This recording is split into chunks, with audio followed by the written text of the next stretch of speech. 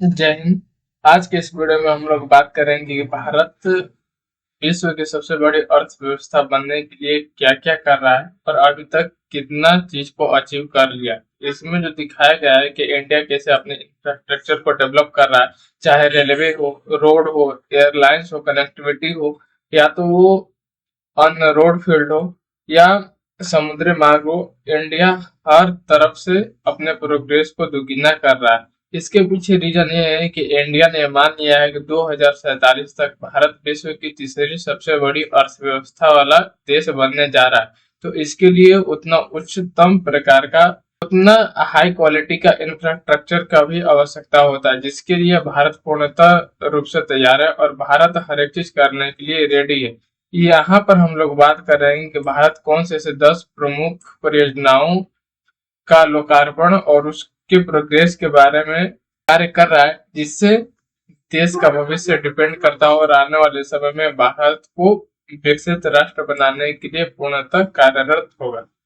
देखिए, इसमें आपको दिखाया गया कि 100 लाख से भी अधिक रुपया का निवेश किया गया है, जिसमें रेलवे, सड़क, हवाई अड्डा, बंदरगाह, जलमार्ग और बहुत सारे डिजिटल नेटवर्क को इसमें शामिल किया गया है, जो कि भारत को विकसित राष्ट्र बनाने के लिए अपना पूरा अहम भूमिका निभाएगा। आप इसमें देख सकते हैं कि भारत किस हद तक प्रोग्रेस कर रहा है और इसी तरह चलते रहा तो भारत जल्द 2047 तक विश्व की तीसरी सबसे बड़ी अर्थव्यवस्था बन जाएगा। आज के समय में आप देख रहे हैं, चाहे रेलवे हो, एयरलाइंस हो, रोडवेज हो या कोई भी फील्ड हो, जिसमें भारत सबसे ज्यादा प्रोग्रेस करा और भारत की अर्थव्यवस्था की दर जो है अभी के डेट में सबसे ज्यादा हाई है। यानी अगर इसी तरह चलता रहा तो भारत को विश्व की तीसरी सबसे बड़ी अर्थव्यवस्था बनने से कोई नहीं रोक सकता है। आपने देखा होगा कि पिछले समय में थोड़ा सा कोविड आ गया था, जिसके चलते भारत की अर्थव्यवस्था में थोड़ा बहुत गिरावट आया था, लेकिन आज का समय का भारत है कभी रुकने वाला नहीं, हमेशा ही आगे बढ़ते रहेगा। सबसे बड़ा जो मेन प्लान है वो है गति शक्ति राष्ट्रीय मास्टर प्लान। इन परियोजनाओं के तहत आपका हर एक फील्ड में निवेश किया जाएगा, ताकि भारत की जितना भी इंफ्रास्ट्रक्चर है वो थोड़ा और प्रोग्रेस में ला जाए, चाहे उसमें कनेक्टिविटी हो या ट्रेवल से रिलेटेड हो या एक शहर से दूसरे शहर को इसमें कनेक्ट करना हो या किसी भी सामान को एक स्थान से दूसरे स्थान तक ले जाने के लिए सबसे बेस्ट क्या सुविधा हो सकता है उस पर ध्यान देना हो। यानी भारत जो है हर एक तरीका से अपना काम कर रहा है। इसमें जो होता 16 मंत्रालय को भी एक साथ सम्मिलित किया गया है। इसके पीछे रीजन ये है कि अगर जितना ही ज्यादा मंत्रालय अगर काम करेगा उतना ही ज्यादा कार्य बहुत ही तेजी रूप से होगा। तो इसमें बेनिफिट एक ये भी है। इस परियोजना का जो उद्देश्य है रोजगार के अवसर को बढ़ाना और आर्थिक विकास को गति देना।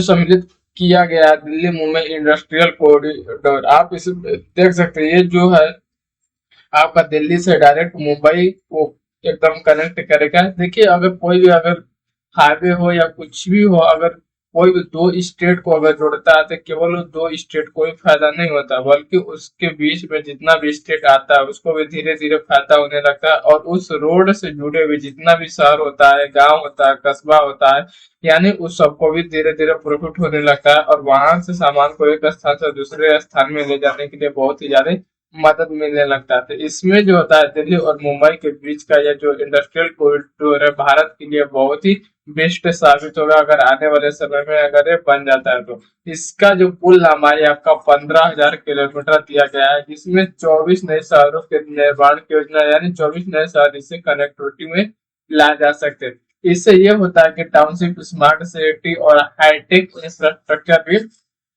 इसमें शामिल है। और अगर ये सब चीज एक साथ अगर मिल जाते हैं तो ये भारत की प्रोग्रेस की रफ्तार को बहुत ही ज्यादा वृद्धि कर देंगे। आप इसमें देख रहे हैं कि ये जो आपको हाईवे दिख रहा है ये कोई और नहीं बल्कि ये दिल्ली मुंबई इंडस्ट्रियल कॉरिडोर है। आप इसमें लागत भी यहाँ पर देख सकते हैं कितना ज्यादा लगा हुआ है, लेकिन इसका जो मेन फायदा है ना, ये ट्रांसपोर्ट के लिए बहुत ही बेस्ट है और इसमें जो होता है टाइम की कमी भी बहुत ही ज्यादा होगा।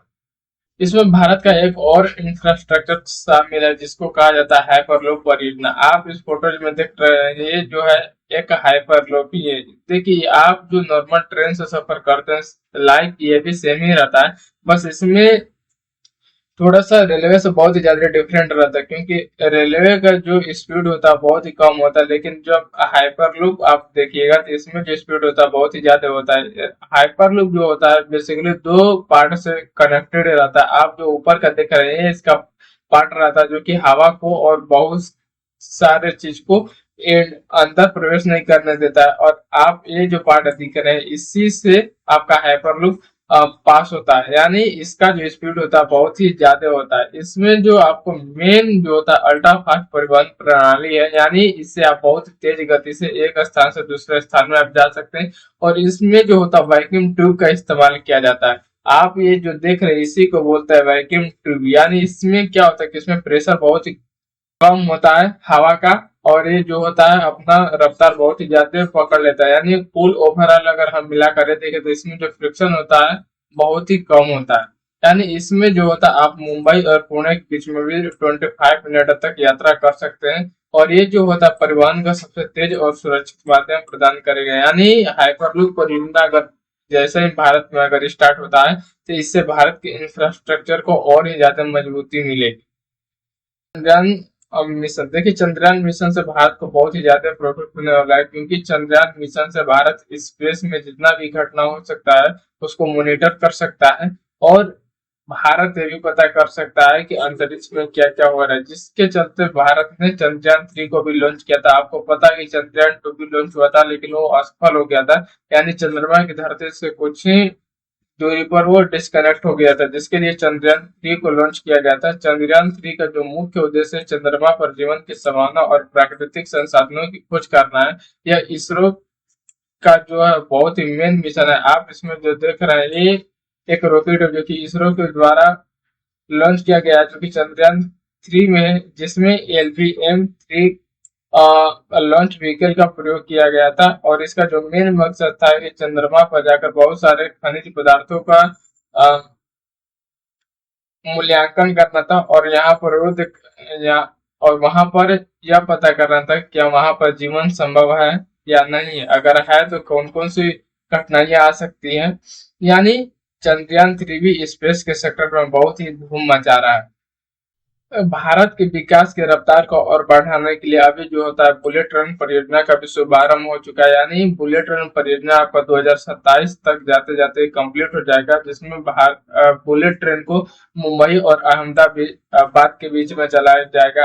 आप ये फोटो दिख रहे हैं ये बुलेट ट्रेन का, क्योंकि अहमदाबाद और मुंबई के बीच में चलाया जाएगा। यानी अभी तक भारत में बुलेट ट्रेन चालू नहीं हुआ है, लेकिन इसका काम जो होता है पूर्णतः चालू हो गया है। और बुलेट ट्रेन का जो निर्माण है वो L&T कंपनी कर रही है। यानी आने वाले समय में बुलेट ट्रेन भी भारत की रफ्तार को और दुगना कर देगा। इसका जो मैक्सिमम स्पीड होता है 320 से लेकर 350 किलोमीटर होगा, और ये जो होता है 2 घंटे 60 मिनट में ही आपका मुंबई से अहमदाबाद की दूरी को तय कर लेगा। यानी आप ये देख सकते हैं कि आपका जो नॉर्मल ट्रेन होता है बहुत ही कम स्पीड पकड़ता है, लेकिन बुलेट ट्रेन हमारी बहुत ही ज्यादा फास्ट हो जाएगा। अभी तक भारत में कोई भी बुलेट ट्रेन नहीं चालू हुआ है, लेकिन इसके चलते ही अहमदाबाद और मुंबई के बीच में दूरी बहुत ही कम हो जाएगा। यानी आप अहमदाबाद से मुंबई के बीच की दूरी मात्र 2 घंटा 7 मिनट में आप ट्रेवल कर सकते हैं। यानी ये बिजनेस से भी बहुत ही ज्यादा फायदा है, और ट्रांसपोर्ट के लिए तो ऑब्वियसली फायदा है। यानी बुलेट ट्रेन चालू होते ही भारत के विकास की रफ्तार को और थोड़ा ऊर्जा मिलेगा। इसमें एक और भारत नेट प्रोजेक्ट देखिए, नेट प्रोजेक्ट का मतलब ये होता है कि जितना भी ब्रॉडबैंड कनेक्टिविटी होता है वो और ही ज्यादा बूस्ट करना और एक जगह से दूसरे जगह तक लेकर जाना। इससे ये होता है कि आपका जो इंटरनेट स्पीड होता है कभी कम नहीं होता है, बल्कि ये एक तार के माध्यम से एक जगह से दूसरे जगह तक ट्रेवल करता है। आप इस फोटो में देख सकते हैं। देखिए, इस नेट परियोजना का मेन उद्देश्य जो होता है बहुत ही ग्रामीण क्षेत्रों में ब्रॉडबैंड कनेक्टिविटी को बढ़ाना होता है। बिकॉज वहां पर जो होता है इंटरनेट की सुविधा बहुत ही कम होता है। यानी अगर हम वहां पर इस तरह का फाइबर ऑप्टिकल केबल लगाते हैं तो यानी वहां पर इंटरनेट की स्पीड और ज्यादा बढ़ जाएगी, और इससे ये होगा कि आप शहर के साथ साथ गांव में भी अच्छा खासा नेटवर्क का आनंद ले सकते हैं। इसका जो मेन पॉइंट है वो 2.5 लाख ग्राम पंचायतों का हाई स्पीड इंटरनेट से जोड़ना है। आप पर्वतीय क्षेत्रों पर चल जाइए, वहां पर इंटरनेट का कोई सुविधा नहीं होता है। अगर इस तरह से अगर हम ब्रॉडबैंड कनेक्टिविटी वहां पर लगाते हैं तो वहां पर भी हाई स्पीड इंटरनेट मिलने का बहुत ही ज्यादा संभावना हो जाएगा। इस परियोजना से क्या होता है कि शिक्षा, स्वास्थ्य, इकोनॉमी और सरकारी सेवाओं की गुणवत्ता बहुत ही अच्छा वहां पर पहुंच हो जाएगा। यानी इस इसके चलते गांव के लोग भी अच्छा खासा इंटरनेट का आनंद ले सकते हैं और अपना कोई भी काम कर सकते हैं। यानी ये भी भारत की एक बहुत ही महत्वपूर्ण परियोजना है। एक होता है जलग्राम योजना। जलग्राम योजना का मतलब ये होता है कि इसमें हर एक लोगों को एक नल जल योजना के अंतर्गत उसमें कनेक्टिविटी देना और पानी की सुविधा को उपलब्ध कराना। इससे ये होता है कि लोग बहुत ही शुद्ध पानी का इस्तेमाल कर सकते हैं और इसका आनंद ले सकते हैं। इससे ये होता है कि लोगों में बहुत सारे प्रॉब्लम खत्म हो जाएगा जो कि गंदा पानी पीने से होता है। इसका जो मुख्य बिंदु ये है कि भूजल स्तर को सुधारने और जल संकट से निपटने के लिए भी यह योजना बहुत ही महत्वपूर्ण हो सकता है। आप देखे होंगे कि एक ही प्लेस में बहुत सारे यहाँ पर नल चालू हो जाते हैं, जिससे ये होता है कि वहां पर भूमि का जो जल का स्रोत होता है वो बहुत ही कम हो जाता है। यानी नल जल योजना के तहत आपको ज्यादा बोरिंग नहीं करना पड़ेगा और पानी एक स्थान से दूसरे स्थान तक बहुत ही जल्द वहां पर पहुंच जाएगा। इसमें जो होता है वर्षा जल संचय, तालाबों का निर्माण और कुआओं की सफाई में भी ये थोड़ा शामिल होता है। भारत के प्रोग्रेस के लिए एक और चीज बनाया गया है जिसको बोलते हैं नेशनल हाइड्रोजन मिशन। इसका जो मेन मुख्य काम ये है कि भारत का नेशनल हाइड्रोजन मिशन एक हरित ऊर्जा परियोजना है। यानी आपका ये डीजल और पेट्रोल को जो है ये पूरी तरीका से खत्म कर देगा। यानी आने वाले समय में अगर आप केवल हाइड्रोजन पर ही कोई भी कार अगर चलाते हैं तो ये भी बहुत अच्छा विकल्प है। और इसमें ये होता है कि इसमें आपको कोई भी पोल्यूशन नहीं होता है, यानी बहुत ही अच्छा ऑप्शन है।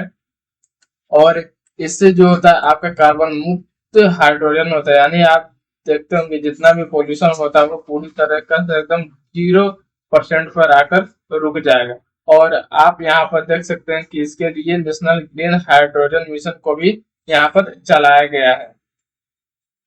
भारत की सबसे अनमोल परियोजना में एक परियोजना है सागरमाला परियोजना। आप इस फोटो में देख सकते हैं कि यानी यहाँ पर जितने भी समुद्र से किनारे सटे हुए एरिया है, यानी इसमें आपका बंदरगाह से रिलेटेड हो गया, पोर्ट हो गया, यानी बहुत चीजों को विकसित करना होता है। यानी इससे मुख्य रूप से लाभ ये होता है कि जितने भी समुद्र के किनारे से कोई भी जहाज या शिप आता है अपना माल को आसानी से यहाँ पर उतार सकता है या यहाँ से एक्सपोर्ट इंपोर्ट कर सकता है। यानी ये भी बहुत ही बेस्ट ऑप्शन है। आप कोई भी दूसरे कंट्री से यहाँ पर इजली सामान को मंगा सकते हैं और यहाँ से इजली सामान को बेच सकते हैं। अगर इस तरह से अगर सागरमाला परियोजना के अंतर्गत अगर किसी भी पोर्ट का अगर विकास होता है तो यानी इससे हर एक स्टेट को बहुत ही ज्यादा प्रॉफिट होगा और भारत के विकास को बढ़ाने के लिए सबसे महत्वपूर्ण कदम। देखिए इसमें जो होता है बंदरगाह संपर्क और तटीय परिवहन को मजबूत किया जाएगा। इससे जो होता है देश की आर्थिक स्थिति को और बढ़ाने के लिए कार्य किया जाएगा। यानी सागरमाला परियोजना जो होता है भारत के विकास की वृद्धि के लिए बहुत ही कारगर साबित होगा।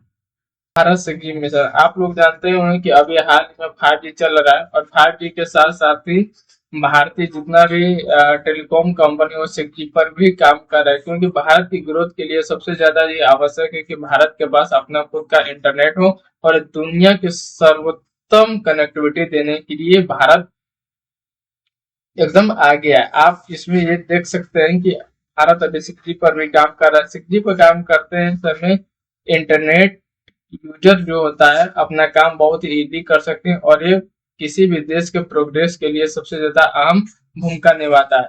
देखिए ये जो 6G होता है भविष्य में वायरलेस तकनीक पर जो केंद्रित है और इसका जो ये मेन पॉइंट है कि 6G से अल्ट्रा हाई स्पीड इंटरनेट सेवा मिलेगी। यानी जैसे आप 4G 5G चला रहे हैं ठीक उसी तरह 6G भी करेगा और 6G के साथ साथ आने वाले समय में 7G 8G भी काम होगा ताकि भारत के विकास को और ज्यादा प्रोग्रेस में लाया जा सके। यह जो होता है डिजिटल क्रांति है जो कि भारत के लिए ही खासकर डिजाइन किया गया है। बहुत सारे कंट्री में अभी 6G चल रहा है लेकिन अभी इंडिया में नहीं चल रहा है, लेकिन आने वाले समय में 6G चल रहा होगा। अगर वीडियो को अगर बाद में देखते हैं तो हो सकता है उस समय 6G भारत में भी लॉन्च हो चुका होगा।